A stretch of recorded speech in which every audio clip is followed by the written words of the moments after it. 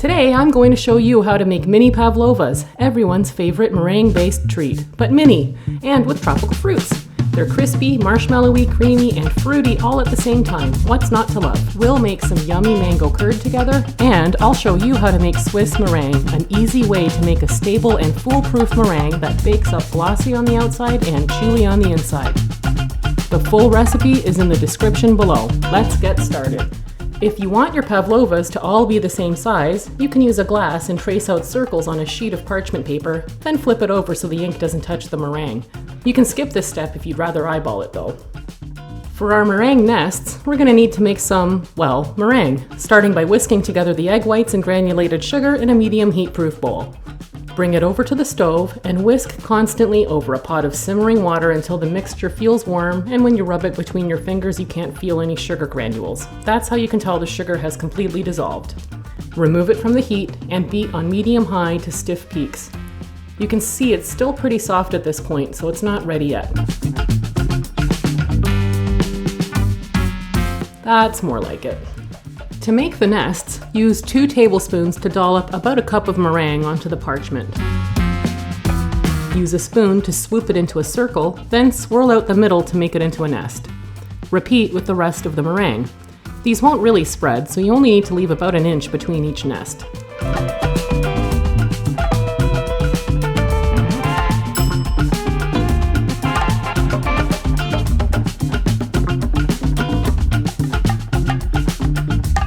Bake at 200 degrees Fahrenheit until the tops feel dry and solid to the touch, and the meringues can easily be lifted off the parchment and feel very light. For my 4-inch meringues, this took about 35 minutes, but your mileage may vary. Now that our meringues have been adequately nested, we'll move on to our mango curd, starting by peeling a ripe mango and then cutting it into chunks.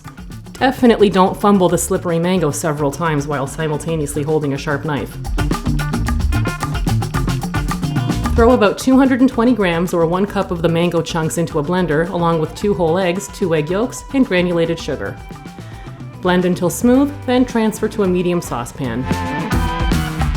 Cook over medium-low heat, stirring constantly with a heat-proof spatula until thick enough to coat it and leave a line when you run your finger through it. Take it off the heat, add the butter, and stir until it's melted and combined.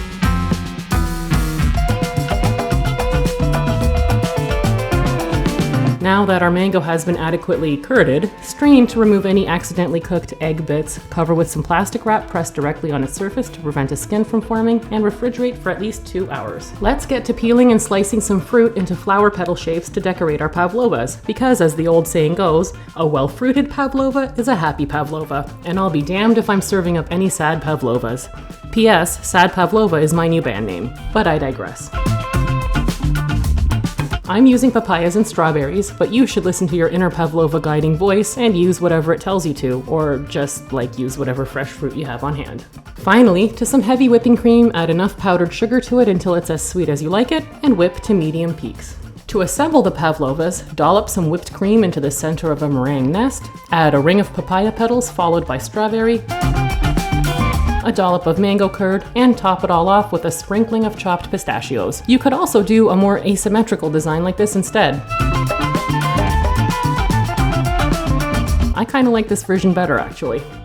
There you have it. These mini tropical pavlovas are crunchy on the outside, marshmallowy on the inside, and topped with delicious mango curd and whipped cream.